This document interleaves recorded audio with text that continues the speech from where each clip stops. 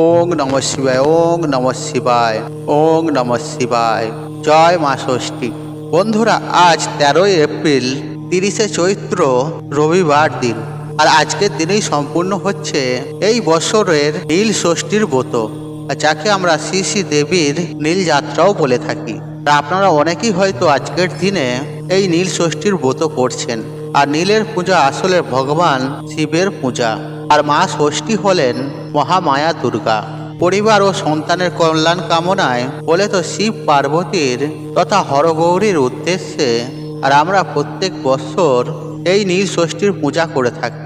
বন্ধুরা, আপনি যদি নীল ষষ্ঠীর পূজা করে থাকেন তাহলে সবার প্রথমে আর আজকের দিনে এই নীল ষষ্ঠীর এই ব্রত কথা শ্রবণ করে সংযম পালন করতে হয়।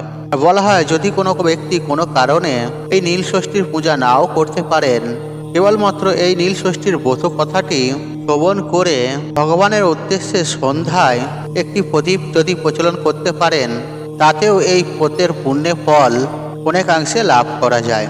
আর আজকের দিনে যতবার আপনি এই ব্রত কথা শ্রবণ করবেন, ততবার এক পরম শান্তি ও পরম শক্তি অনুভব করবেন। আর হ্যাঁ, নীলের ঘরে বাতি জ্বালানোর পর অবশ্যই এই ব্রত কথাটি একবার হলেও শ্রবণ করতে হয়, নচেত ব্রত অসম্পূর্ণ থেকে যায়। আশা করছি বন্ধুরা, এই নীল ষষ্ঠীর ব্রত কথাটি শ্রবণ করে আপনাদের ভালো লাগবে। আর শুরু করছি শ্রী শ্রী দেবাদিদেব পার্বতী তথা হরগৌরীর নীল ষষ্ঠীর ব্রত কথা। ওং নমঃ শিবায়। জয় মা ষষ্ঠী। বহুকাল আগের কথা, এক দেশে এক ব্রাহ্মণ এবং ব্রাহ্মণী বাস করতেন। তারা যথেষ্ট ধুমধাম সহকারে সমস্ত বার ব্রত পালন করতেন, তবুও তাদের সন্তান একটিও বেঁচে থাকতো না।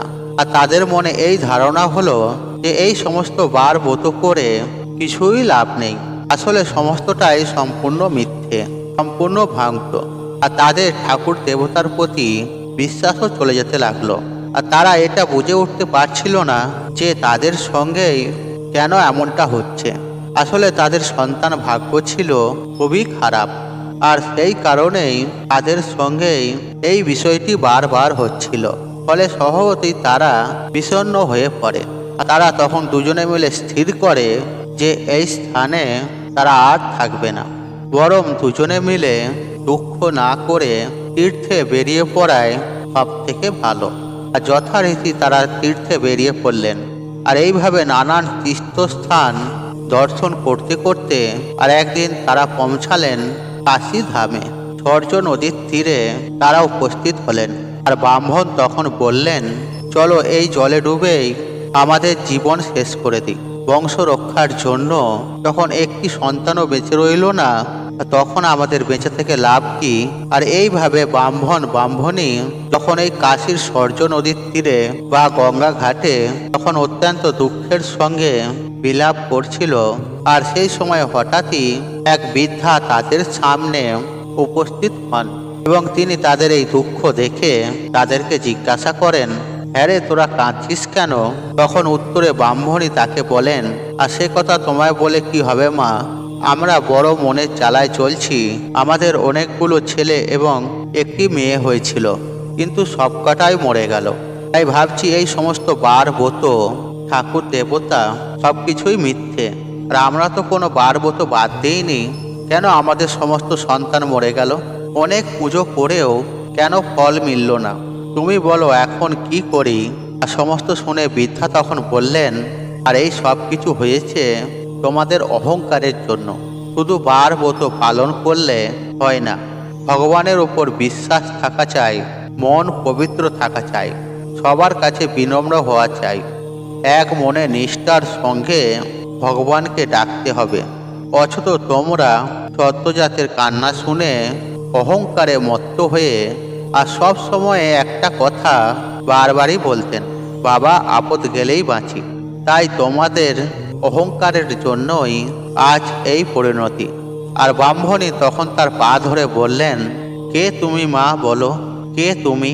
আর বৃদ্ধা তখন বললেন, আমি মা ষষ্ঠী, আমি সন্তানদাত্রী, সন্তান অধিষ্ঠাত্রী এবং রক্ষা কর্ত্রী। শোন, তোর এই সমস্যা থেকে আমি মুক্তির পথ বলছি। এই চৈত্র মাসে সন্ন্যাস করবি এবং সেই সঙ্গে ভক্তি ভরে শিবের পুজো করবি। সংক্রান্তির আগের দিন উপবাস করে নীলাবতীর পুজো দিয়ে নীলকণ্ঠ শিবের ঘরে বাতি জ্বেলে দিবি। আর তারপর আমাকে প্রণাম করে জল খাবি। আর একে বলে নীল ষষ্ঠী।